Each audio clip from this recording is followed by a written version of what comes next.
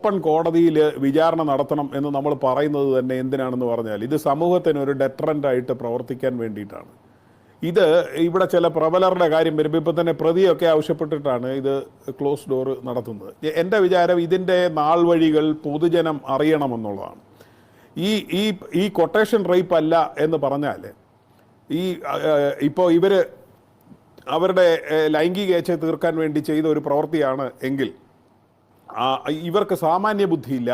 ഈ പ്രതികളെയെല്ലാം ശിക്ഷിക്കേണ്ടത് ജയിലിലേക്ക് വിടുകയല്ല, മാനസികാരോഗ്യ കേന്ദ്രത്തിലേക്ക് വിടുകയാണ് ചെയ്യേണ്ടത്. കാരണം ഇവർ തന്നെ ഇവർക്കെതിരെയുള്ള തെളിവ് റെക്കോർഡ് ചെയ്ത് വെച്ചിരിക്കുകയാണ്.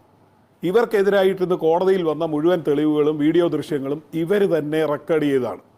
നമ്മളത് പരിശോധിക്കുമ്പോൾ കാണുന്നത് എന്താണ്? നിങ്ങൾ കരഞ്ഞുകൊണ്ട് നിങ്ങളുടെ വീഡിയോ എടുത്താൽ ഞാൻ വീണ്ടും വീണ്ടും എടുക്കേണ്ടി വരും. നിങ്ങൾ സന്തോഷത്തോടു കൂടി ഇതിൽ പങ്കാളിയാകുന്ന ഒരു വീഡിയോ കിട്ടിയാലേ എനിക്കിത് നിർത്താൻ കഴിയൂ എന്ന് പറയുന്നത് വീഡിയോ ദൃശ്യങ്ങളിലുണ്ട്. വിവാഹത്തിന് നിശ്ചയം കഴിഞ്ഞ മോതിരം കാട്ടിക്കൊണ്ട് സന്തോഷത്തോടുകൂടി ഈ ലൈംഗിക വൃത്തിയിൽ ഏർപ്പെടുന്നതിൻ്റെ ദൃശ്യം വേണമെന്ന് പറയുന്ന കാര്യം വീഡിയോയിൽ റെക്കോർഡ് ചെയ്തിരിക്കുകയാണ്. ഇത് ആർക്ക് വേണ്ടി റെക്കോർഡ് ചെയ്തതാണ്? ഇത് കൊട്ടേഷൻ റേപ്പ് അല്ലെങ്കിൽ പിന്നെ എന്താണ്?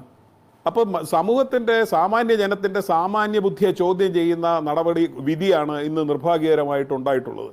ഞാനിപ്പോൾ ഓർമ്മിക്കുന്നത് ദുഷ്യന്താവെ കഴിഞ്ഞ ഒരു ദിവസം സുപ്രീം കോടതിയിലെ പല വിഷയങ്ങളുടെ അടിസ്ഥാനത്തിൽ അദ്ദേഹം പറഞ്ഞു, this judiciary has failed justice, it has failed the nation. യഥാർത്ഥത്തിൽ അത് അടിവരയിടേണ്ട ഒരു വിധിയാണ് ഇവിടെ ഉണ്ടായിരിക്കുന്നത്. ഇവിടെ ന്യായം നടത്തില്ല എന്ന് സമൂഹത്തിന് തോന്നുന്ന രീതിയിലുള്ള ഒരു വിധി പ്രസ്താവമാണ് ഉണ്ടായിട്ടുള്ളത്. ആ കോടതിയിൽ നിന്ന് നേരത്തെ പറഞ്ഞതുപോലെ പ്രോസിക്യൂട്ടർമാർക്ക് രാജിവെച്ച് പോകേണ്ടി വന്നു. സുരേഷ് എന്ന് പറയുന്ന ആദ്യത്തെ ആൾ രാജിവെച്ച് പോകേണ്ടി വന്ന സ്റ്റേറ്റ്മെൻറ്റ് എന്താണെന്നറിയാം ജഡ്ജിയുടെ ഭാഗത്തു നിന്നുണ്ടായത്? This is prostitution not prosecution എന്ന് പറയാണ്. ഒരു പുതുതായിട്ടൊരു വനിതാ വിറ്റ്നസിനെ ആഡ് ചെയ്യണമെന്ന് പറയുന്ന ഘട്ടത്തിലാണ് ഇത് ഉണ്ടാകുന്നത്. ഞാൻ പറയുന്നത് പുറത്ത് ഇരകളായിട്ടുള്ളവരെ അപമാനിക്കുന്നവർ ജയിലിൽ കിടക്കുകയാണ്, പക്ഷേ കോടതിയിൽ നടക്കുകയാണ്. ഇതിലെ സർവൈവറായിട്ടുള്ള ആൾ പറയുകയാണ് ജഡ്ജി ഹോസ്റ്റൈലായി എന്ന് പറയുകയാണ്. ഒന്ന് ആലോചിച്ച് നോക്കൂ. നേരത്തെ ഇവിടെ ചൂണ്ടിക്കാണിച്ചതുപോലെ അവർ ചോദിച്ചു വാങ്ങിയതാണ്, ഒരു വനിതാ ജഡ്ജി വേണം എന്ന് ചോദിച്ചു വാങ്ങി അവിടെ പോയതാണ്. ആ കോടതിയിൽ അനുഭവിക്കുന്ന പീഡനങ്ങളെക്കുറിച്ച് പറയുകയാണ്.